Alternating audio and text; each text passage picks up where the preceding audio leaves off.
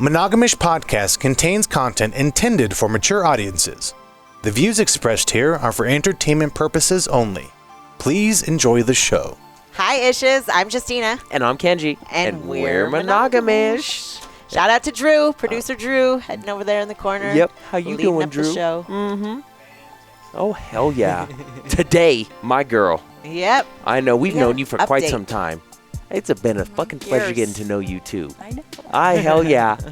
Miss Kiki Stone. Yes. How you doing? So good. Oh, hell yeah. So good. Welcome back. You're here to give us lots of updates. Yes, this is my Monogam-ish number 2. Right. Yeah. But this time we're going to dig a little deeper because we were just having a little talk before we went on air. I know. And we're about to dig into this. For real. So for those who don't know yet, let's bring it back to how you grew up. Like, let's start with those younger years. Okay. So we're just going to get into that We right are. away. Damn, I know you jumped We into that are. shit. Yes, Double I wanted feet. to know the story. Deep end. I know all we of weren't it. even planning to talk about this, but it No. just I know. kind of came I up. fucking came up. circled back around. Whew, okay.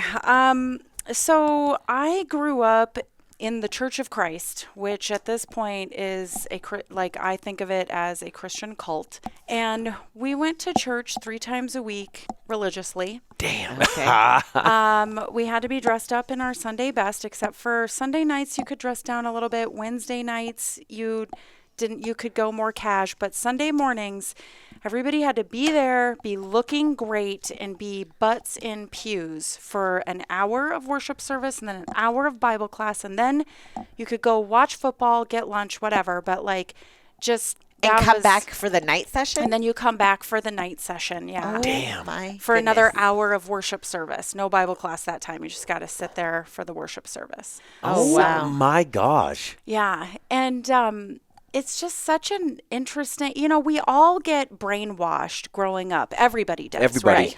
Because wherever you live in the world, whatever culture that you belong to, from the time that you're born and you're being raised and you're figuring out the world and how to live in it, there's a lot of brainwashing that goes on. And here in the U.S., we have a ton of it with all of our mass media and, all that stuff that speaks to, what pretty women should look like, what Right. size they should be, Oh, my God. how they should look, if you're going to be pretty, right? And that causes all kinds of issues, right? Eating disorders and all kinds of, depression and just self-esteem problems. But one of the other things about being in the church that I grew up in was this stuff about that sex was just not anything that anybody talked about past.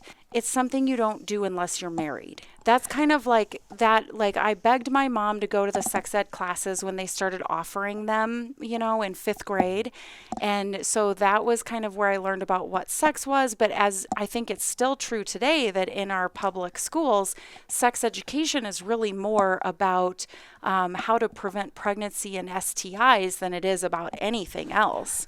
Yes. You are correct. And at this point, I believe that sex and stuff about our sexuality, that we are sexual beings, and that kind of stuff is a healthy part of being a human being and living this physical life that we're living, right? Spiritual beings and physical bodies. But yeah, I mean, for years and years and years, that was the only thing that really was around in my world, was that sex is something you don't do unless you're married. And so, I desperately wanted to be married. And Oh, man. I mean, I was engaged a couple of times, and then I married my daughter's father because I got pregnant, and there's all this, guilt and shame Right. around it. Like, I honestly thought that my parents were not going to love my baby because she was born out of wedlock. Oh, my Like, I was gosh. terrified when I decided not to get an abortion. I was terrified to tell them that I was pregnant because I wasn't married. And Was I he part of the church? thought that they weren't going to, no. And I thought they weren't going to love the baby. Now, at this point in my life, like, my journey of sort of like coming out and being public about being in the lifestyle and being in the community and having alternative relationship styles, my final step into getting to the point where I felt comfortable being public was when I thought to myself, well, if I did this, who in my life would not like it or be upset about it? And I care that they don't like it. And the answer was, it was my parents. Those were the only people on this earth that I knew weren't going to like it, and I cared that they weren't going to like it.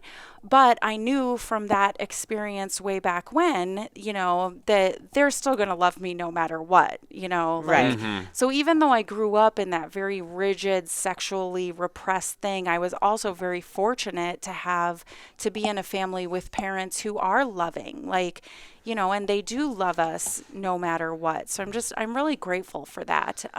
So how old were you then when you figured out that you were non-monogamous? I mean, that hasn't been very long, honestly, because so I married my daughter's dad because I was pregnant and talked him into marrying me, right? Doing the right thing. So I could square that all up and be good. But that very quickly, it was apparent that was not a good or healthy situation in any way. And so I went back to my parents. I was like, I can't do this. I think I need to get a divorce. Oh my God. And they so now you got that. a kid and a divorce with all this. Yeah. And I was just like, oh my God, nobody's going to love me. Now I have a kid and I'm a divorcee. And it was a really tough thing to go through. But so when I started dating again, and she was still very little, right? She was only 3 or 4 years old.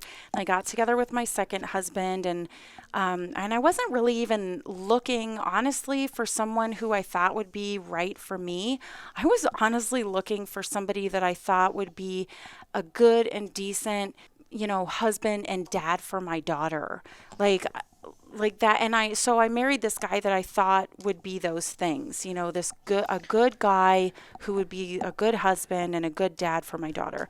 And, lo and behold, 15 years later, this guy that I married and I thought he would never leave me, he announces on Father's Day that he's not doing it anymore. We're getting divorced.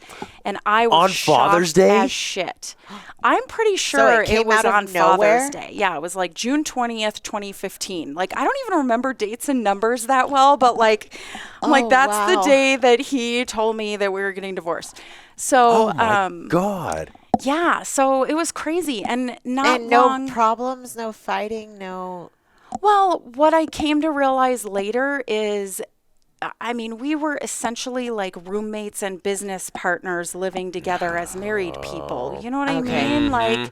We were going through all the motions and we had our own stuff going on. At one point, I feel like I should have known that this was the beginning of the end when I said, hey, I'm going on this school trip over to Ireland for a week.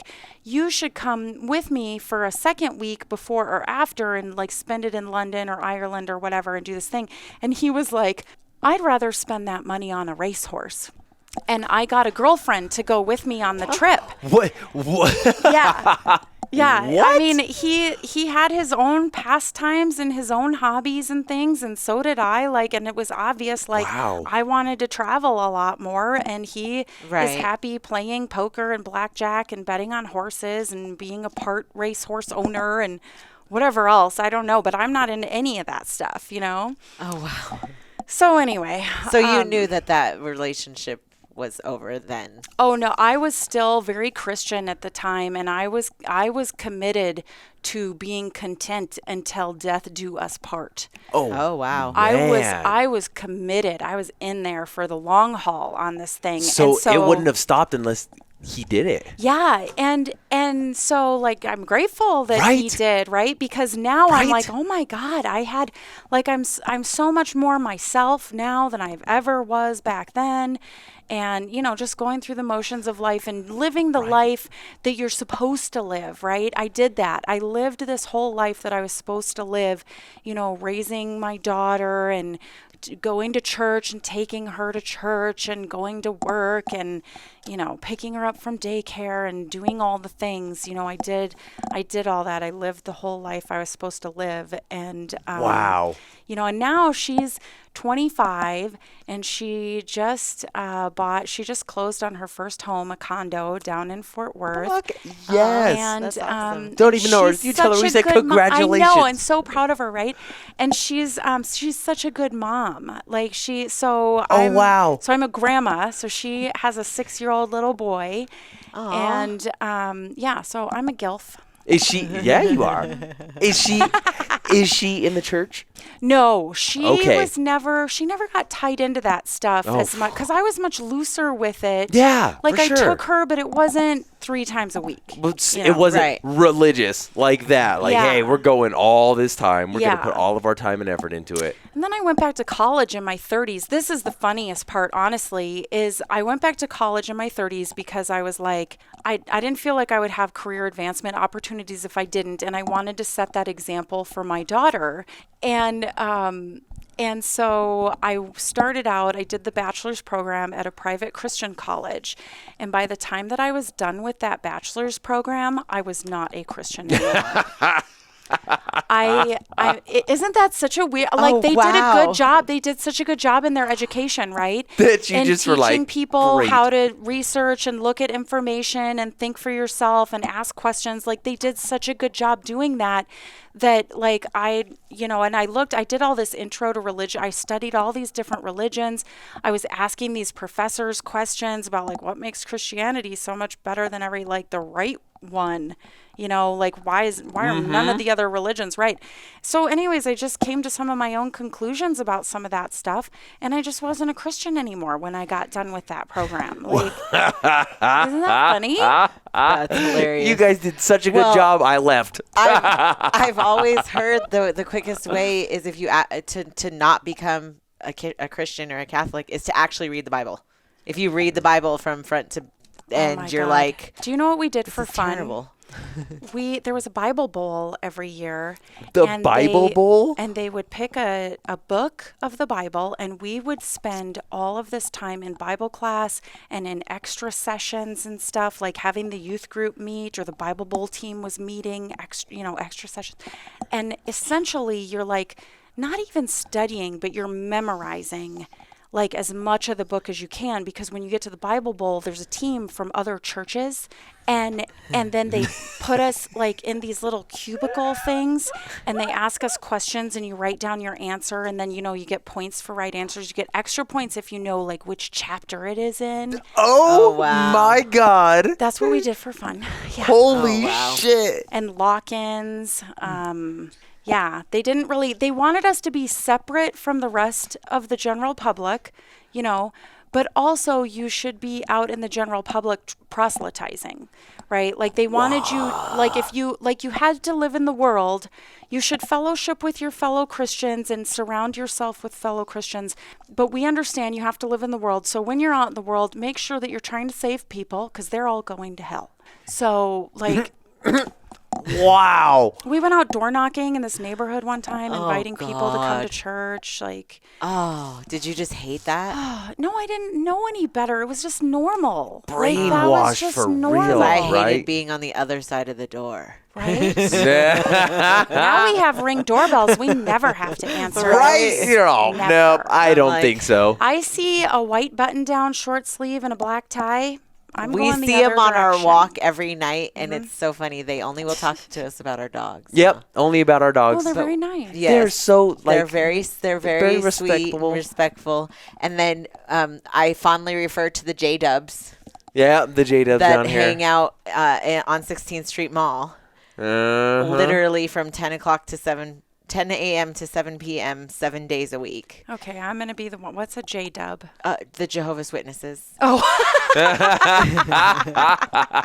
I'm like, I'm just going to have to ask. Yeah, I just gotta ask, right? Yeah, they hang out down here on the corner. Okay. But they don't approach anybody. So they literally just stand there with their, paraphernalia. Their paraphernalia. They're, what's it called? Yep, the paraphernalia. Their propaganda. Yeah, their There you go. propaganda. I knew it started with a P. Nice Me Right. too. There you go, Drew. Thanks for coming Paraphernalia. in. You wish they had paraphernalia. I know. They have that too. Actually, that's who I finally refer to as as the Shaolin scammer. Oh yeah, Because he comes around dressed in his Buddhist monk getup and trying to like hustle bracelets that I swore he bought on Wish.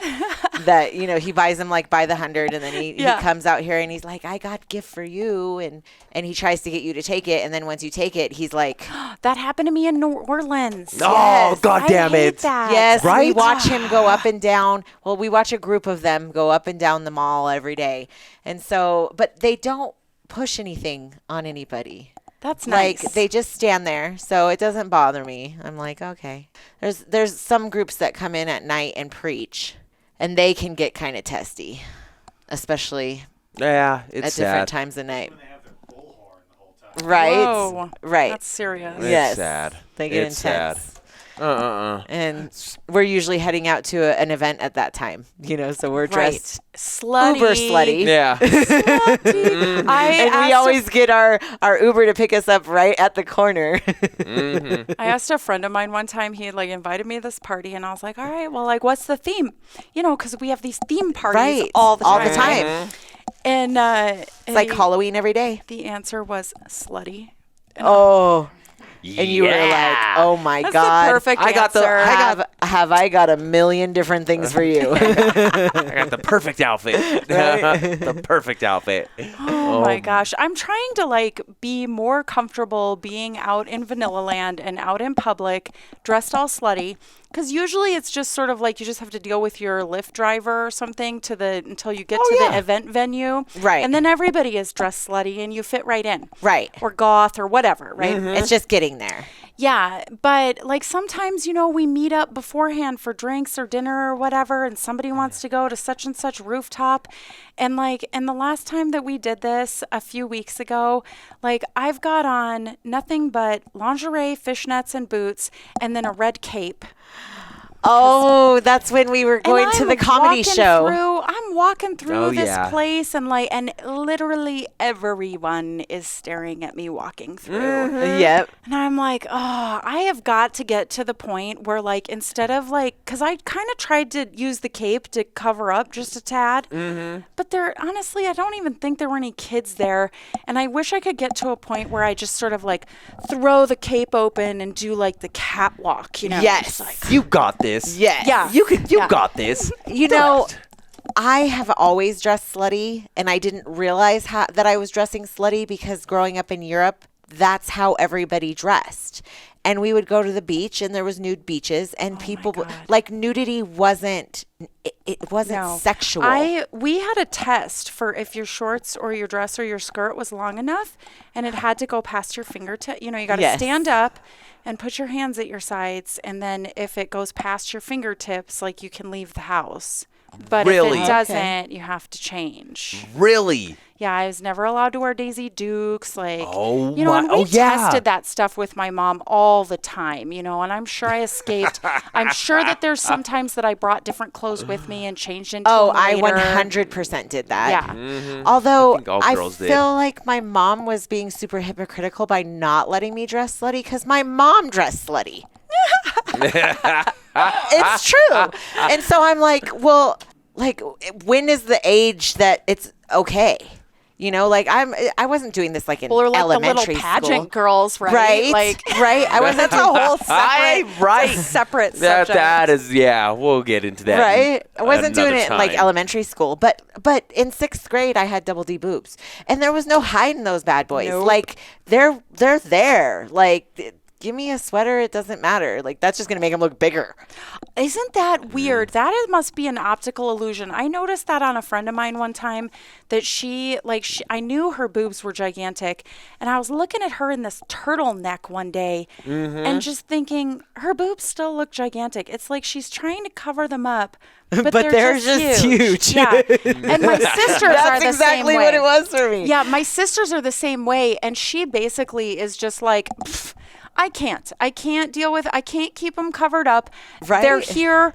I didn't ask for them. You deal with it. Right. Like, if you don't like it, it's your problem. It's That's your kind issue. of her attitude about it, which I love. And so they just continuously got bigger to the point where I was a 32H when we decided to when I decided to finally get breast reduction surgery and go back down to a manageable double D again.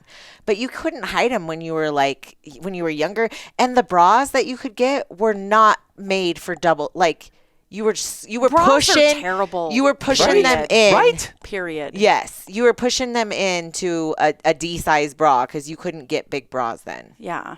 They were impossible to find. My BFF long time ago, I was complaining about having small boobs and she had big boobs and she was like, ugh, yours are still going to be perky. Like, she's like, you should just be happy about it because yours are still going to be perky. Right. And here I am, 46. I go around without a bra all the time. Yes. And I am so anti-bra. Cheers to that. And Yeah, good for you. it's nice, you know? And because I know that women with larger boobs, so, you know, you get into these ages and they feel like they can't go braless. Oh, because they're just like down here. Right. right. In 6th grade, I couldn't go braless. Like, you can't when they're big boobs. I put my work in. I put my time in with those freaking horrible bras that gave me indentations in my shoulders. Yeah. I've done my duty, and now I will burn any bra that somebody tries to give me. No more bras. No more bras. I hear you. He loves it that way. Yep, Good thing absolutely. we've got that figured out. I know. Solving the world's Right. problems Right. one at a time One- right here yep. on Monogam-ish. But Get 'em outta but here. nudity is something that we've got to stop. And I get it when you're walking in fishnets and lingerie, it's hard not to sexualize nudity in that way. But it's something that we just have to get more comfortable with as a society. It's just so dumb because all of the media shows us all the slutty, sexy stuff, and that's what is shown to us as the example of, you know, beautiful beauty, Right. the example of beauty.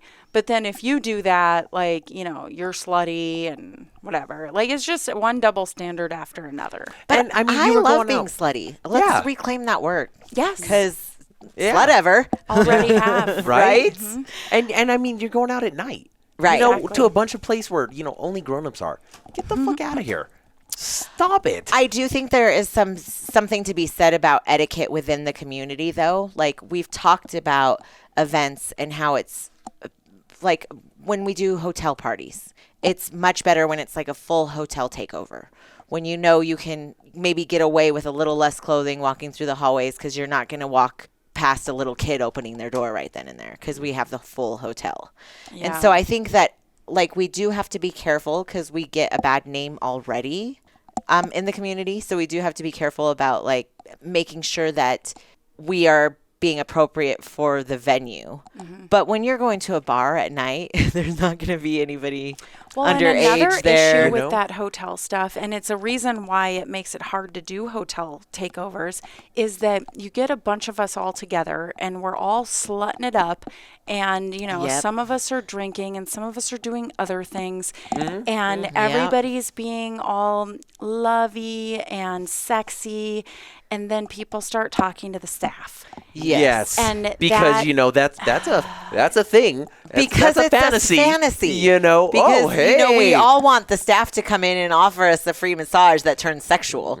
Yeah. Or they're just hot, Yeah. right? Or like Right. they might just be hot people and I you're know. like, hey. And even to say that, like in Vanilla Land, even to go up to somebody and be like, oh, I think you're really sexy. I think you're attractive. Like when we're all together amongst ourselves, like that's appreciated and it's flattery and everybody loves it and it makes us feel good and gives us warm fuzzies and we all smile and hug each other. But then like you go outside of our community and like a perfect example, God. I was at Right. Meow Wolf and there was some people coming in somewhere where I was going out and I don't know exactly what the exchange was, but I made a comment like that was kind of directed towards them or whatever they were talking about or something. And I just got these like stares, like, why are you talking to us? And it's funny because my daughter feels that way. And she, you know, she's very vanilla and she knows all about all about our lifestyle and community. I don't know Okay. about all about, but she's aware of it, right? Yeah. But she feels that way. Like if you don't know her, like she doesn't want you talking to her in public. Like, and God so damn, that's so weird. It's this generation. Our kids, part of it, some of our maybe kids do the same introvert, part fucking of thing. introvert. It's kind of part of thing. it. It's also because they just were behind a screen for several years. And so that had a huge impact on this generation's personality moving forward. They're not used to that human on human interaction, and it's awkward for them. Yeah, I can say It's that. awkward for them. Yeah. We Like see we have it. 5 teenage boys, and we see a lot of their friends, and It's and weird, like, and we can see it. Like, everybody's different. they're very you know? awkward. And the way they navigate the world, everybody's different still. But also you know? the difference between monogamy and And non-monogamy, non-monogamy. I would agree. non-monogamous communities, because in monogamous communities, you do not speak to someone like of the opposite sex 100%. like you know, you just like if we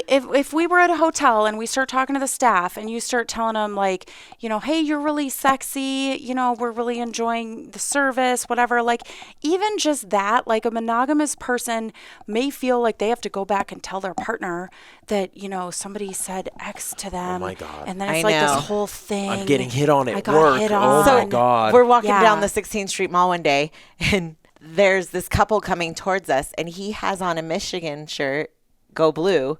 And I was like, oh, I love your shirt. And she got so Daggers. mad at Yes. me. It's like, I was like, do not you- speak to my man. Yes. And I was just like, what the actual fuck? Like, I wasn't even hitting just on being him. nice. I was just being nice. I just liked the shirt. So much confusion Right? about where the line is. There's so Right. much gray area about being nice and flirting. Right. Right? So confusing. Oh, so Not confusing. another community. You know it. You know, we're always flirty. But yeah. but sometimes even within the community, I will just be being nice to a gentleman or sometimes even a female, Yes. and they automatically take that as flirting, and like I'm interested in, you know, and Oh, I thought yeah, we were this hitting is it true. off, and I thought we were gonna go. Like, what? Well, and I've even had those feelings too sometimes where I've been somewhere and I feel like just like, especially at the Mon, right? Yes. Like I've been Shout at out to the Mon. Yeah, I've Oh, been at the right. Mon, and if somebody starts talking to me at the Mon, I immediately have this feeling like they want to fuck.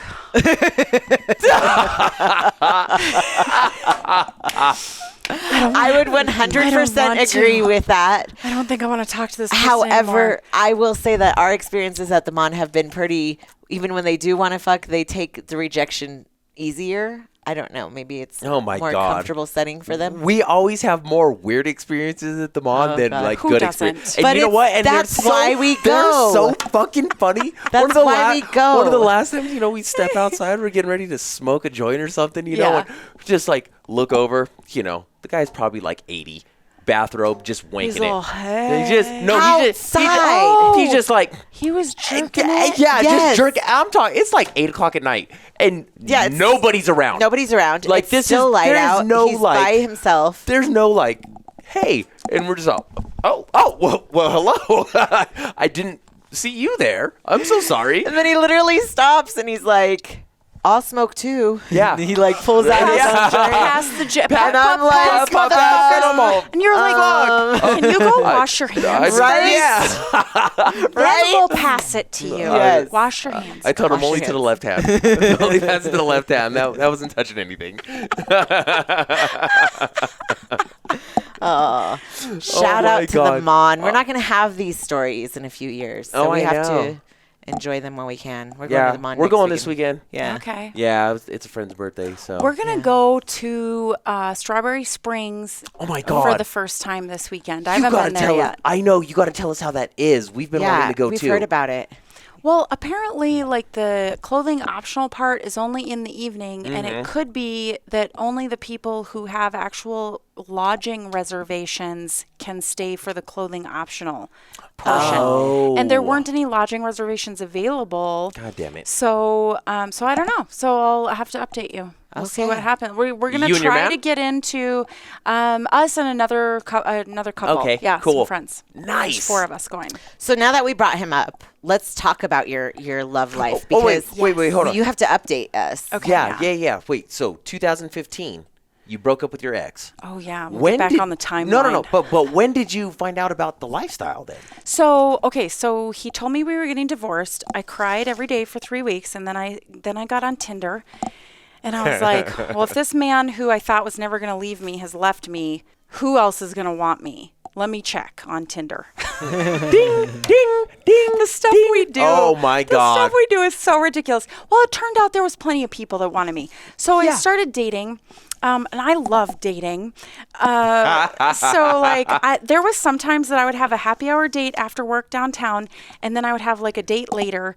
And then there was a couple of Sundays I fit 3 into one day. Stop it. Wow. Yeah. Fuck yeah. But I also have this weird thing where like I do a lot of first dates, and then all of a sudden I'll find somebody and it kind of sticks, and it sticks fast. So it's just a pattern I have. It's weird. I don't know. Like I do first date after first date, and it's not really jiving. And then all of a sudden I'll find somebody. And if I go out with somebody more than 3 times, like I'm in a long-term relationship at that point. Okay. Like okay. it just, I don't know. It's just how it goes. So the guy that my next like primary partner basically that I met on Tinder. So I guess we could call him a rebound relationship. I don't know. But we were together for about 2.5 years, and he introduced me into BDSM. Okay. And was he like a dom or something like that? Okay. Yeah. And I'm sure we probably talked about this last time, so I'll kind of skip over it. But yeah, he introduced me into BDSM, and then after I moved back to Denver, and I got somehow I came across Cher. And started going to the mansion parties, that Asante was throwing. Nice. And that was how I got into Out like in the Hudson? whole swinger community. Okay. You're talking about the Summit parties? No, the mansion parties. The other mansion party? I mean, there were some out at Summit House. Okay. And he's had them in different places. Yeah, But yeah. But Okay. yeah, the initial ones, some of those first ones were out at Summit House. Okay. Yeah. So I don't know. Let me think about where I was in my story. Very good. You got into the swinger community that way. Oh yeah, those so events. through Share is where I sort of found the swingers, and I was like, oh, these people are way more fun. Like, BDSM, I love BDSM, but the community as a whole is a very serious community. And there are reasons for that, and that's fine. It doesn't exactly match my personality, though. Like, my personality is much more swingery, right? Like, the social. Okay. Social, drinking, dancing, not sitting down stone cold sober to have a negotiation about a scene that we're about to do. Right. So it was kind of like a better fit for my personality. But, there's plenty of kinky swingers.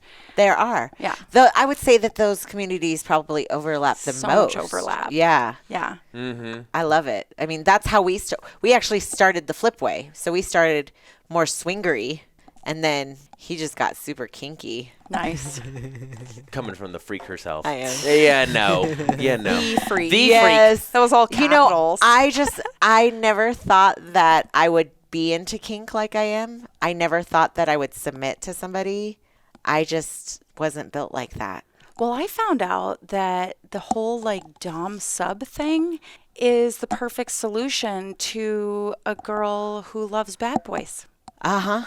Only then, as you get more sophisticated in your, in setting your boundaries and figuring out what you need and want, and who, what type of person that you want to be with or that you're okay with. I don't know. I lost my train of thought. Bad boys. That just happens. It's every okay. once in a while. It is. It's a fix for bad boys. Yes. So a dom, if you can vet and find a dom who is a good dom, right, and not because there's so many of these assholes and abusers who pose as doms, Right? Agreed. predators. Thank Assholes, abusers, predators, and they all pose as doms. Speak on that shit. Yeah. And so if you can find a true dom who understands what a gift submission is, because I'm letting you do that stuff. Trust Right. me. And I feel bad for women or subs who don't understand this, Like, it is a gift you are giving. You are the one who is deciding that that person can have control over one or more things about you. And you Right. can relinquish that control whenever the fuck you want. That's what a safe word is for. Yep. So it's a way to have a bad boy and somebody who, is going to boss you around and, be a little aggressive and do some of those bad boy things without, fear that he might go to prison or that he might hurt you physically or emotionally, Right. or that it becomes a toxic relationship. Right. All of those terrible things that happen all the time. Right. My wife likes some doms to hurt her a little bit physically. I love impact play. I Right? do too. Yeah. Right? I do too. But again, we're giving that consent. Like, we're still in control, even though we're not in control. We're in control. Yes. And so there's that whole dynamic. Oh, I know. And if you're with somebody, like, let's say you're all tied up, right? So you're really not physically in control. Like, you can't get away if you wanted to. Now, if you wanted to, you should be able to say your safe word or just let the person know, and they should immediately let you out. Now, if that person doesn't immediately let you out or like respond to a safe word type situation, that's a fucking asshole. That's Right. not a true dom. And then that's 100%. somebody that you shouldn't be playing with. Right. And then that's somebody that we warn each other about. Yes. Right? Because there's a lot of that has been happening, which I really love to see, the information sharing, right? Finally. I like the information. I love sharing my man or other people's partners. I love that so much because it's like a vetted person. Right. And if we have somebody who's outside or not vetted or whatever, and then we find out things about them, and then we can let our friends, our girlfriends know, or whoever, like, well, this was my experience. And that experience might not be the same for everybody because chemistry is different and everything, but and the negotiations are different. And, and the structure that relationship could take is different.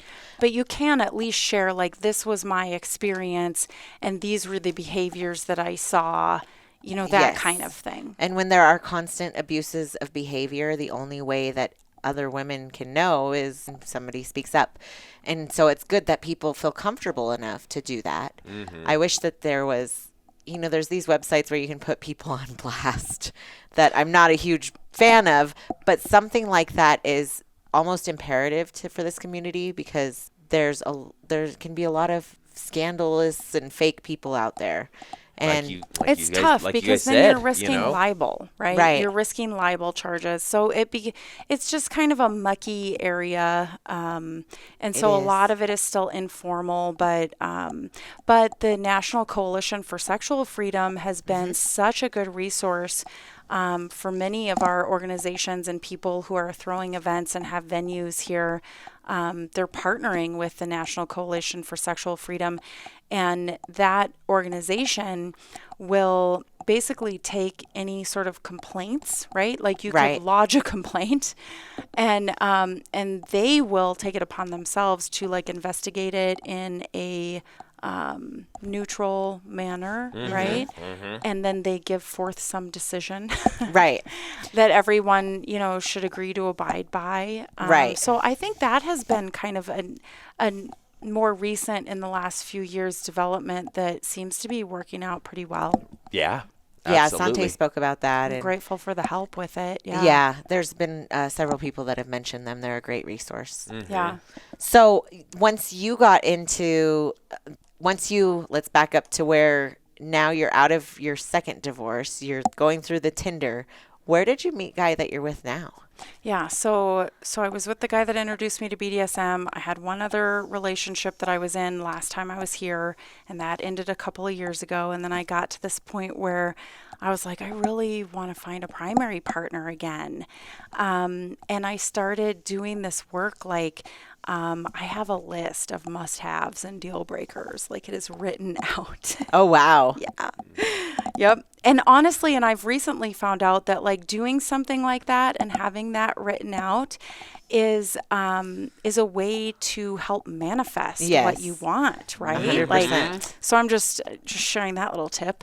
So I had that all written out, and every time I would, go on a date or start talking to somebody, I would sort of like refer to that, to help me vet and move on, right? And try to find a good primary partner. And I really wanted a nesting partner too. I was honestly like looking at co-living situations, or like ex-Denver has that kind of stuff.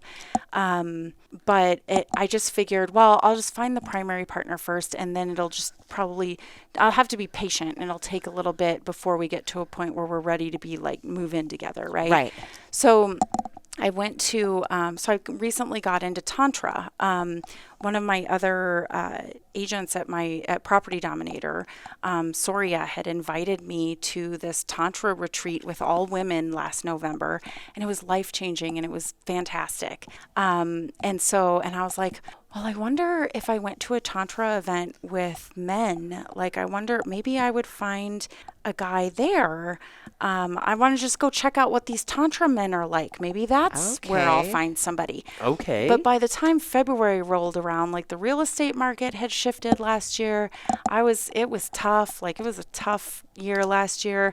And I was just I was having a hard time. And by the time that I went to Tulum in February, in my head, I was like, I don't give a shit about any of these men. I'm just trying to go there and like reconnect and ground myself and like hang on, like make it through life. I'm just trying to make it through life right now. And, so on the very last day, the very last workshop, they said, if you're going to come to this workshop, like find a partner before you come, because it's going to be a partner thing. So I'm looking around, and I asked a couple people that I kind of knew or I had partnered with previously, and they had other plans. And then I looked around, and I saw this guy, and I met him earlier in the week, and I met his friend he was there with, who was a woman, and they're platonic friends. But I had spent some time with her, and she's cool as fuck. Okay. She's so cool. And I land my eyes on this dude, and I'm like, if he's friends with her, he's got to be cool. Like, he's got to be a decent guy, right? And he looks like a good dude. I'm like, I'll ask him if he'll be my partner. So we partner up on this workshop. We were trying to have energetic orgasms, which I have not achieved yet. I think I probably could with practice. Okay. They are incredible. Have you done that? I power surged. He gave me an energetic orgasm so intense that the power went out in our whole house. Nice. He had to go. He literally had to. He was so pissed off because he had to get dressed to go out and with the flashlight and get the breaker. But they are intense. And you're just like, I'm not even like that. I vibrate. So no, like she, I turn into my whole body vibrates. Okay. And she was like, I don't know, she does something, but she like, it's not the first time that it's happened, but she like leaves her body. I do. She's just like, I've had like outer body experiences. And then it's like 20 minutes or so, and then she's like, what the fuck just happened? Every single time. And then she's like, dude, I was like literally like looking at myself. I couldn't fucking move. That's so cool. See, that's the kind of place I want to get to, like astral projection kind of stuff. Right? Yep. Like, I'm interested in that. Honestly, it's what's crazy. It's not something that we've trained for formally. It's just something that has happened through me naturally doing some breath work with him, or and when it happens, it's like out of this world. Yes. Yeah. Like, cool. I thought the whole neighborhood's power went out. Thank God it was just our house. Oh my God. Yeah. It was crazy. Fucking everything. It was. I'm talking like like the TV's going, but it's like we had sexy music and, playing. The lights are on and shit, and she's just like, and it was like everything just shut off, and I was like, what the fuck just happened? And cool. She's just like, I was like I was having a seizure. What the fuck just happened? It was intense. Oh my God. They are awesome though. Oh my God. So we were trying it. We were trying this energetic orgasm business, and And I just so then we get to the end of the workshop and I'm all worked up, but I haven't had an orgasm, but I'm super worked up. And I just lean over to this guy that I barely know. And I'm like, do you want to come help me have a real orgasm down in the cave? And of course he says yes. So we dip out of this workshop, like it's over. We dip out, we go down to this cave because like Tulum is full of all these cenotes and caves and things. Oh my and God. we crawl around to the back where like nobody else is back there. And he helped me have an orgasm. And I'm like, and then we ran off to go get lunch. And then like the closing ceremony happened. And then like, we're leaving and he's leaving. And he runs over to me to like trade phone numbers and give me a kiss goodbye. And I'm like, okay, see you later. And I'm like, see ya. That was fun. Bye. Right. Never, not thinking anything about it. Right. Like, I'm just like, whatever. Did you give him your phone number? Yeah. Well, yeah. Okay. I give everybody my phone. Everybody. Right. Anyone can find my phone number. Anyone can find my phone number. I don't hold that shit back. So we started texting and I'm like, so what kind of shit are you into? And he, like, on his end, he told me later, like, I'm asking him kind of like right off the bat, like, what kind of kinky shit are you into? Which was for him kind of like a big question to answer, like, private and personal, right? And, right. And he was like, well, fuck it. And so he just starts telling me. And I'm like, oh, and also he was doing like yoga twice a day. And so like this texting that we're doing, I'm like, oh, I like this. I like this. I like that. Oh, this is all meeting all my criteria plus some bonus stuff I don't even have on my list. Like, oh, wow. And so then he's like, hey, I got to be in work in California. Do you want to come meet me in San Francisco over St. Patty's Day weekend? And I was like, yes, I would like to go to San Francisco for St. Patty's Day weekend. Yes. I'm going to go check out this dude, see what happens. Right. Still thinking nothing more than that about it, right? Just like, I'm just going to go check it out. I'm going to have a fun time like I always do. We'll go see what happens. Well, it turns into this like amazing 6-day first date.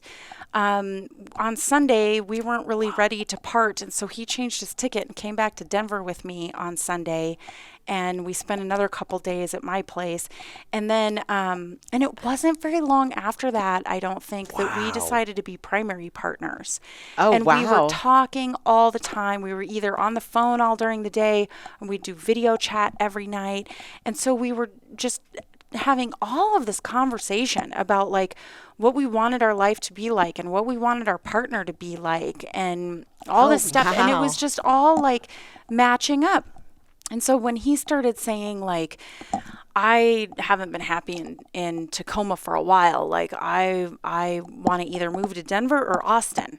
And I was like, well, if you want to move to Denver, like I wanted to live with somebody, like I've been actively looking for a co-living situation, even better, like living with a primary partner, which I just thought was going to take a long time.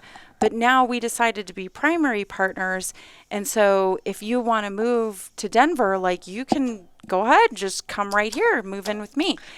And you ask for what you want. Yeah. And somehow it finds you. Yeah. So he moved in at the end of May. You manifested the shit out of that, dude. Yeah. That is awesome. Yep. Congratulations. And you know what's funny? So I'm actively manifesting and actively dating and actively doing all this stuff. He had quit dating for like 2 or 3 years. He was so sick of like the dating scene and the women that he was meeting that like in his mind, he had backed off of all of it. And he was just like, I'm going to wait for the woman that I want to come to me. Like I'm going to like she's like I'm going to wait until But that was she just appears. his way of manifesting it. Mm-hmm. You don't need to be active in you just have to ask. Mm-hmm. You don't need to be active in it. You just have to ask. And thinking about it. Mm-hmm. Yeah. And you have to ask and then it. you have to be content that it's already found you. Mm-hmm.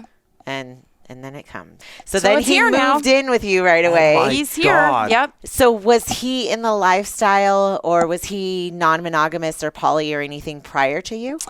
I think that he has always been kinky, but was not in community at all. Okay. Like he knows no one. Okay. Like, Oh, I know. Like When the way that yeah. we know, like we have an entire community and everyone we know is like in this community. And he was sort of like on a little island. And not only that, but like some of the stuff that he was into, like in his journey in life, he was the only one he ever knew who was into that kind of stuff. Okay. And Really? so, Because he didn't find his community. Yeah. Yeah. Wow. It's hard to find community. How's he doing navigating now? He's having so sorry. such a fun time. Is he? Yes. He says everybody here is just like so sweet. And sometimes, and even like the way that we will physically touch each other in friendly ways, hugging hello and goodbye, or even just like arms touching butts, whatever we're doing, like we do a lot of physical touch in our community that's just friendly, Right. or flirty, whichever. Yeah. And he told me one day, I can't remember where we were, and he said, I was friendly with you, I was friendly with so and so, and he said, I don't remember a time in my life ever that I have had physical touch and physical love from more than one woman, and especially not in one day. Like, wow. so he is just overwhelmed with love in so many different ways, right? In just niceness, in physical touch, in all kinds of different ways, and he came here and he actively wanted to make friends. And so he set out to do that, and everyone has been so open to it. I know there's some places that you can move to, and it's really hard to make friends. Yeah. And to, kind of crack into existing cliques and things and friend groups. I wouldn't say that that's anywhere, any lifestyle. I feel like Everybody's always wanting to make new friends in our community. Yes, I agree. And no matter Yeah. what part of the country that lifestyle community's in, as soon as they know that you're the same way, Oh, yeah. it's like you're accepted Yep. right away. Yes. I love that. I love it too. And so he's loving it. Yes. And he's gone in. So how long have you been dating at this point? So, I mean, if you say that I count it from March 16th, like Okay. when that Okay. first trip started, right? Okay. Like the 6-day first date. Right. So March 16th, and then he moved in at the end of May. So And now we're in early October. are you guys swingery right now, or? Oh, yeah. So we were going to talk about this. So I have always wanted to try polyamory. Like I believe in polyamory. I believe that love is infinite. And just Okay. like you guys have multiple kids and you love them all and you don't have limited love for them, should be the same way with romantic relationships, right? Right. And so I've been wanting to try that kind of relationship style for a while. And now but I wanted a primary partner to do it with. And so now that I have a primary partner, I'm free to do that, right? I'm free to have these other relationships. But the issue is like, we have all this time dedicated to work and, some time for family, blood family. And then, we have events and you have some, time with your partner. And then where is there any time left over for additional relationships? Yes. That's what we talk about. That's what and so like now, and I said to him, I was like, I wanted to be poly, but at this point, like, I'm kind of seeing this future where maybe that doesn't happen. Maybe it just ends up being more swingery. And after he moved here, it was months and months and months before I fucked anybody else. Like, we were just so busy, right? Yeah. Well, hell so yeah. busy. It's that new relationship energy Yep. because you still The have that. NRE. Yes. And then on top of that, you're trying to establish your foundation because we talk about it on the show all the time that it doesn't matter what house you build on that structure, what structure it is, if it's a single family home and it's just you and him, or if you're going to show a double duplex and you're a quad that's living next door. It's if you don't have a good structure, if that foundation isn't good, if there's not trust between you guys and communication and respect and you're all getting on the same page, then who cares what you build on top? Because it's just going to eventually fall down. That might be true for a primary relationship, although I would challenge you because so there's two schools of thought on that, right? And in fact, like we ended up having our first threesome, like the first time that we played with anybody else. I'm going to save that story for the Okay. Yeah, there's two schools of thought on that. So what I did in a previous relationship was build that foundation. And then but I had told him on like date 2, like this is the kind of lifestyle that I want. I want to try polyamory. I want to be dating other people. And when we got to that point where we started trying to open up the relationship so that I could go date other people, it was just, there was issue after issue. Are you talking about the gentleman you were with before? Before. Same he guy. turned out to be a one penis policy guy. I fucking knew it. Yeah. I know. And so 4-letter name. Yeah. One penis policy, dude. Yep. Even though I So had he said said from the he was beginning, okay. yeah, like he agreed to it, but he really was not okay with it. Remember, that's what we would talk, because that's why he would get all fucking smashed at the Yes. fucking club, because he was just so fucking nervous about everything. Yeah. And you know what? That's unfortunate because we have some friends that are in that exact situation right now, I feel like. And he just wasn't being true to himself. Yes. And so what I heard later, after we broke up, actually, I heard this thing that was like, if you are non-monogamous and you enter into a relationship, especially somebody who doesn't have experience with non-monogamy, right? And you enter into this relationship with them and you're building this foundation, all you're doing while you're building the foundation is lulling that person into a false reality of what it's like to be with you. Because that is not really what it's like to be with you. What it's like to be with you, a non-monogamous person, is that sometimes you're going to be out with somebody else, or you might go do whatever without that person.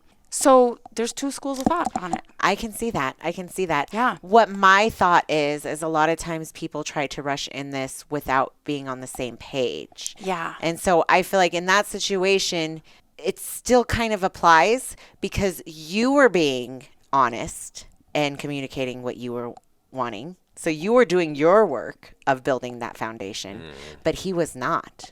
He was not being honest with himself or with you, and he wasn't communicating his true feelings of really wanting a woman that only slept with him or that slept with him and other women. Yes. And he had a stipulation for that. I was just going to ask Or that. that he goes and sleeps with whatever woman he wants. Was that what he wanted? It was like a double standard. Was that okay? He definitely did that. Like, he Yes. definitely did that. Wow. So I feel like both schools of thought are absolutely true and can work in conjunction with each other. But for this to be a successful foundation, it has to be all the partners in that relationship committing to the good communication, committing to the honesty, committing to being respectful of boundaries. And so he wasn't doing that. And so he was just expecting to get his cake and eat it too. Damn. And hoping that And there you are fell. relationships like that. There are. There are many, many relationships like that. And had he been honest from the beginning, maybe that would have changed the outcome.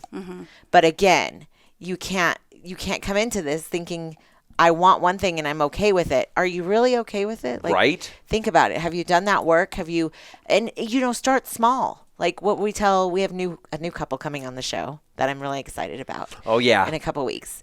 And I tell them, like, you have to go as slow as the slowest person. And you also need to just see, are you okay with going to a strip club together and watching, your partner get groped or, touch other boobs, or just, watching them flirt? Are you okay with that? Like, take it in baby steps and then be honest, because some people are going to be okay with it and some people think they're going to be okay with it until it happens. Yeah. And then all the feelings just explode. Right. Yeah. And nobody has any, guide for how to deal with those kind of feelings. Right. You know, because that's the kind of stuff that nobody teaches us. Yep. 100%. The interpersonal stuff, you know, how to be the highest version of ourselves, how to be in touch with our feelings, how to process feelings, all that stuff. Nobody's teaching us that. We're all Right. finding that stuff out along the way. you Hopefully. know. Some of Hopefully. us. Yes, some of us. Not everyone. Right. Yeah, not everyone. There's a lot of healing still left to do out there. Yeah. Oh, I know. I know. So let's switch gears here. Talk to us now about Bonobo, because you used to have Kinkton and now it's rebranded. So tell us a little bit about that. Yeah. Yeah, we're soft launching the rebrand of Kinkton. So, I mean, the truth is, I just am not rich enough to fight with LinkedIn. Oh, damn. And after speaking with an attorney a few times, and hearing about some recent case law and stuff, like Kinkton is copyright infringement. Like I've recently discovered this. Like I think it would be viewed that way. And for the viewers who haven't seen your first episode, explain what Kinkton was. So Kinkton is the Business with Benefits Network, and we are a professional networking group for people in our sex positive community and in alt lifestyle communities. So we meet twice a month. We do in-person networking twice a month in Denver. And a lot of times those are network and learn meetings where we have everybody goes around and can introduce themselves and their business and whatever, you know, whatever they want to share, pimp their events, whatever. And then we usually have a guest speaker, and I hope everybody learns something from our guest speaker. And then we also have mix and mingles, which are more like meet and greets, right? A little bit more of a social mixer. So the last two of the year are actually coming up. So on October 12th from 1 to 3 p.m., at Twin Peaks, Arapahoe. We're doing our last Network and Learn of 2023, which will be about business planning for 2024. I'm the guest speaker for that. Nice. So I have a business planning format that I'll share with everybody. And then the last event of the year will be on Thursday, November 9th from 7 to 10 p.m. and it'll be a mix and mingle. Okay. So, yeah. Is So it, I'm looking where's forward that, to those. Is that going to be at the bar that we just were at? I don't know. The location is TBD on November 9th Okay. at this time. Okay. It was a nice bar that we Yeah, went to. it was. I know. So Jonathan, Mystic Mountain Distillery, he has been our sponsor for those fourth Thursday meetings for a couple of years now. And this man is so amazing. Like we actually accidentally right. introduced him into the lifestyle. He loves it. That's awesome. amazing. He loves it. Because he recognizes that all of the people are genuine, authentic, honest, good communicators. Like he recognized like the level of our community, and then he committed, and he was like, I'll be there on Thursday nights and I'll bring all my liquor. And this guy, he's smart. He's like an engineer by trade. So he's distilling liquor and tasting it and getting these perfect mixes. Like he's won awards for his liquor. So that's awesome. he's always schlepping it to us all the time and bartending for us. You know, I mean, to get the owner of a distillery to come bartend for you, I mean, it's just amazing. We have such a fun time with him. And so we went to him last time. Right. We went to his tasting room in Thornton and had an amazing time. Yeah. He's a good guy, man. We wrapped it up He's awesome. for a few minutes. Yeah. Yeah. He's a really good guy. It was a great event. And you've been doing this for years now, right? Yeah, we just in September, we celebrated the 4th anniversary of Kinkton. And so we're working on a rebrand. It's soft launched already. I don't know when exactly it'll be, like you'll see it all change in social media and stuff, but we're changing it to BizBonobos. And do you guys know about bonobo monkeys? Oh, absolutely. We do, but please share. Oh, absolutely. You got to share with our guests. Yes. Tell them the idea behind the name. So just to give like a little bit of compare and contrast, chimps, like people know about chimps and how much we share DNA with chimps. They are also a patriarchal society that's very aggressive. Bonobo monkeys are smaller. We actually share more DNA, a higher percentage with bonobos than we do with chimps. Bonobos are a matriarchal society. And they are very peaceful. And the reason they are peaceful is because they use sex and genital rubbing and love for everything. For hello, for goodbye, for mating, for pleasure, and not that we don't know of many animals that have sex for pleasure, but bonobos are one of them. Dolphins, humans, those are the only ones I know of. So for pleasure, for conflict avoidance, for sharing food, for apologies, like they're doing that, and they're doing it, male females, females, male. So there's like a homosexual component too. It's not all hetero. They don't typically have a lot of actual sexual intercourse between like blood relatives, which I think is interesting. But the genital rubbing, you can do that with anybody. Right. Do that with all your friends. Right? So it was important to me that it's sort of like Kinkton has become like my passion project, right? Like I am Kiki the Property Dominator. I fucking love real estate. I drove here from a showing with a polycule, which is cool. Right. Like I love real estate. I dominate the real estate, but I love Kinkton because it's about building our community. Right. And it's about supporting each other's businesses with the same enthusiasm and dedication as when we're helping each other fulfill our wildest fantasies. Right. Because I have seen that shit happen. And we should be doing the same thing with each other's businesses. Right. So, You're yeah. not tearing each other's businesses down. I know. Being way too Kendall-ish. Oh. Yeah, well, I think we all just need to sip that right there. Yeah. So BizBonobos. So it was important to me that BizBonobos get to grow and be bigger because more people need it than just Denver, right? Yes. Because right now it's all in Denver. All the in-person networking is in Denver. It's all Denver based, but it could be so fantastic in other places, right? Especially in places like, for example, let's just throw out like Nashville, Tennessee, where oh my God, I yes. talked to somebody who is interested in being like a chapter leader of a Kinkton chapter in Tennessee. They don't have I'll call it infrastructure that we have here, the venues, right? We have at least 2 dungeons that I can name. We have a rope studio. These are like public places, right? Oh, right? Yeah. And then plus all the house parties, right? All right. That. But in those places, in some markets, there's an underground community, and you only find the house parties. Yeah, it's all underground. And so to provide a place for people to come together and do professional networking in a safe environment, I think would be fantastic in some of those places. So in order to do that, to bring this to other places and to be bigger than we are now, we needed a different name. Okay. That was a really long answer to the rebrand question, but no, whatever. but it needs to be known. So I'm glad you're able to explain it. I know, right?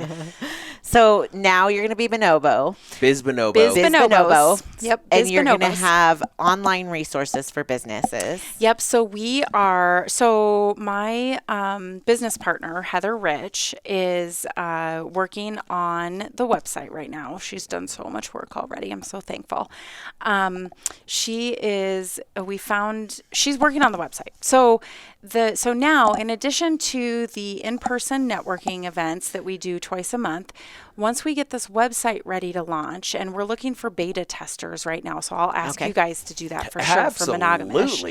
The idea is to have a business directory, right? And so that can go national or all over the world, where, as a member of the community, I could be a member of BizBonobos.com, and I can log in and I can search for people in the area. I could find somebody in my community who's a plumber, or somebody in my community who, anything, right? You name it. Anything you can think name of. it. Yeah. Yes, exactly. And so you could search by state, you could search by category, you could search by name.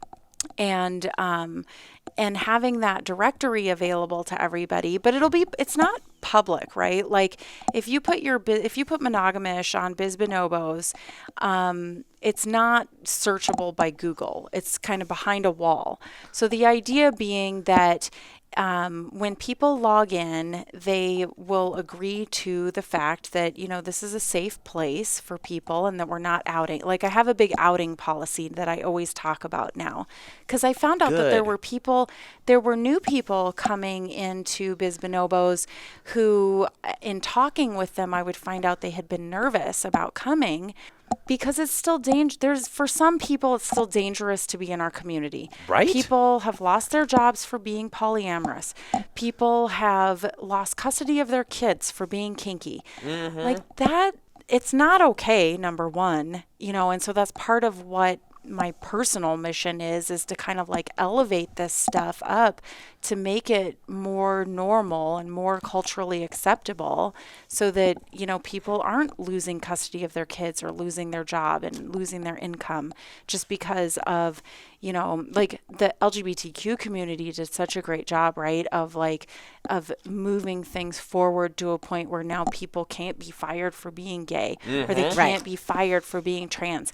But it honestly, right now, you can be fired for being polyamorous. Yeah. Right. That's why we're doing this. Yes. Bring it like normalize this. Yes, normalizing all of it. God, it sucks that we have to, some people are still just, I can't say it. I can't say that I like two people. I was actually, what? Somebody showed me a T-shirt that said BDSM. Business development, sales, and marketing. And I was like, oh, that's so funny. I love that. That is. And then I found out that he had never worn it out in public because he was nervous about it. Like he was nervous about wearing that shirt out in public. Oh my God. That's the world that we live in. I know, right? We don't live in that world. Yeah. I don't live in that world so much anymore. Like I'm kind of got myself sheltered in right into the community. But there's all of these other people that really should be sheltered in our community and they just kind of don't know we're there or whatever, Mm-hmm. So that's awesome. So you want to take BizBonobo now national. Mm-hmm. Oh, that's awesome. Yeah. So are you going to be looking for chapter leaders in all major cities or how is that going to work? So it's in phases, right? So we got to, first of all, I have to get to a point where I have a logo that I'm happy with. Oh, yep. And Canva is my friend. And so once we have the logo, we'll do like the official rebrand. Then we'll launch the website, do an official launch of the website and get that up and running, right? And then the next, kind of the third phase will be reaching out. And I've already told people and invited people that we're doing this. So I've already started a list of people across the country who are interested in starting chapters. Oh, nice. That's awesome. Yeah. I just have to figure out, I have to come up with a vetting process and a chapter leader guide and, figure out how that all is going to work. But those people, awesome. They would be in a position like I am with Property Dominator where, I get up in front of BizBonobos meetings and I talk about Property Dominator and I ask for real estate business. And it gives me visibility in the community, right? Especially as I'm reaching out and trying to find guest speakers and promoting the event and everything. That gives me high visibility. So it would do that for potential chapter leaders.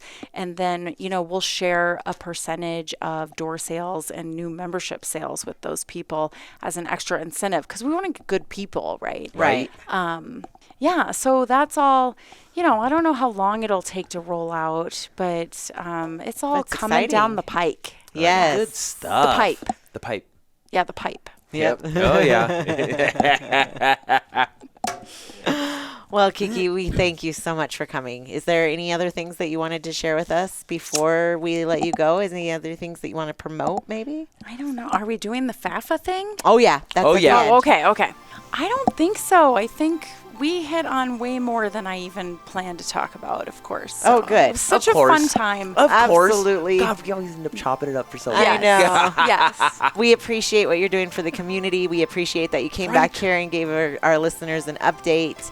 And we love your events. I can't wait to go to the next couple. I know you before guys the were end at of the year. Mix and Yes. Mingle, the I know. anniversary Mix and I Mingle. know. Yes, It's fun. it is. It's so It is. fun. Yeah. Yep. When did you say the next one was? October 12th? The next Mix and Mingle is November 9th. Oh, November 9th. And the next Network and Learn is October 12th. Okay. Yeah, if you Perfect. guys want to do some business planning, October 12th. Oh, absolutely. Good stuff. That's next week. Yes. Oh, nice. Yeah, hell yeah. Next Thursday. We're coming. We're coming. Good. All right. Thank you, Kiki. It's just you know where to catch Kiki at. She had an episode previous. I think that was season 3, Drew? Season 2. Season 2. Yes. Yep. So you can check her episode out there. Otherwise, you can check her out online at propertydominator.com or bizbonobo.com. BizBonobos.com. Bonobos with an S. With an S. Because there's a lot of us. There are. There are. Other right issues. We'll see you next week. Thank you.